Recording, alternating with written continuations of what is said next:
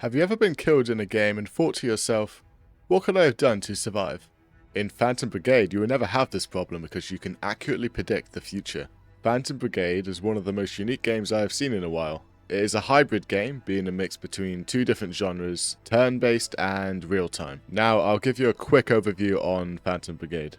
You get to control an elite team of mechs which all have an implemented AI, and this AI has the ability to predict 5 seconds into the future. Now you may think 5 seconds is nothing, but it is actually a game changer for turning the tide, especially when you're outnumbered, outgunned. So this means that any failure you may face is down to you either picking your fights poorly or just, making the wrong move, so that's a skill issue. This is the scenario for Phantom Brigade. An invasion force has invaded the country, quickly taking it over. You play as the survivors, who have escaped during the start of the conflict. More importantly, you play as the commander for this group of survivors, who are named the Phantom Brigade. The objective of the game is to take back your country that has been taken over and stuck under the oppression of this nameless invasion force. Using a mobile base with a small team of mechs, you must utilize guerrilla warfare and small-scale actions to undermine the enemy. Still, with such a small force, you won't be able to make much of a difference, especially when you're outnumbered, outgunned in most small-scale engagements. This is where the game's unique mechanic comes in. The mechs have an AI incorporated into them to be able to predict the enemy's actions, giving you an advantage. The Phantom Brigade will not be able to make much of a difference on a larger scale, such as holding reclaimed territory and fighting in larger scale battles. This is where the Home Guard comes in. The remnants of the nation's military that has been skirmishing the invasion force since the start of the conflict. So the Phantom Brigade strikes at convoys and other military assets, while the Home Guard holds territory and fights the invasion force on a larger scale. Right, the gameplay. So the gameplay itself is very dynamic, and I've had a lot of fun with this game. You start by moving into an occupied province and raiding military convoys, bases, as well as liberating towns.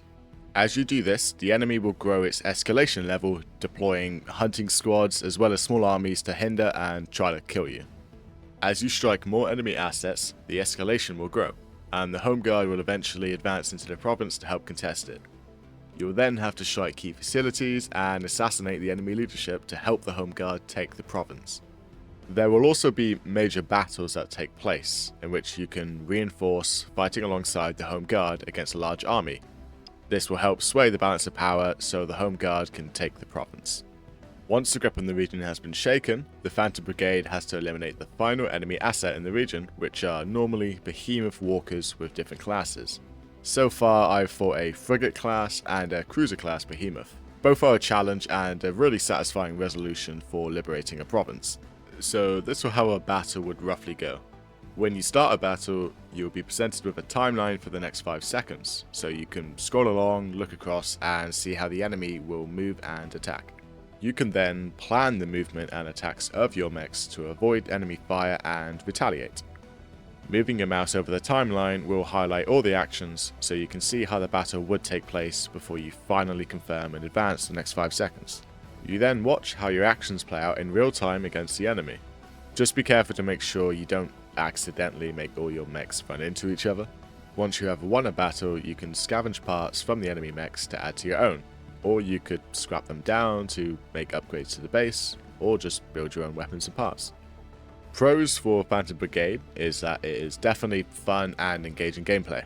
It's got really good crafting and an upgrade tree. I definitely consider that a pro. Plentiful of customization for weapons, armor, and just for all the mechs have unique different playstyles depending on what you give them. That's great. Cool campaign, great map features such as the stealth, call in Home Guard reinforcements, and so on.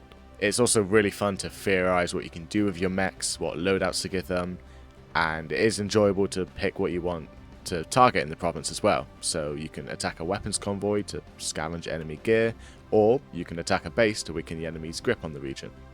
Some cons for Phantom Brigade. It has a lot of diversity with mission types and even playstyle, but it can get a bit repetitive after a while, so it does feel good though to come back after taking a break.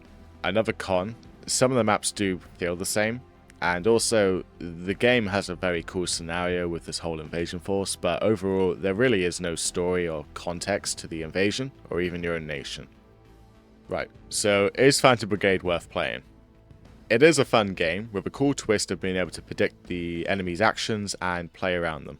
There are many locations and maps to fight at, and they are all different, but most of them do just feel the same, with no unique biomes. At least none I have encountered yet. The gameplay and decision making on the strategic level is in-depth and very impactful, as well as the customization and optimization of your mech's gear and heat management. The game is very dynamic with constant progression and need for upgrading and improving your mechs. And there's also plenty of provinces to take back, so there is no shortage of content. Overall, I do recommend Phantom Brigade. If you like the sound of the game and are looking for something to play, it's definitely fun. Thank you for watching, and please consider liking and subscribing, it helps with growing this channel. Okay, thanks, bye.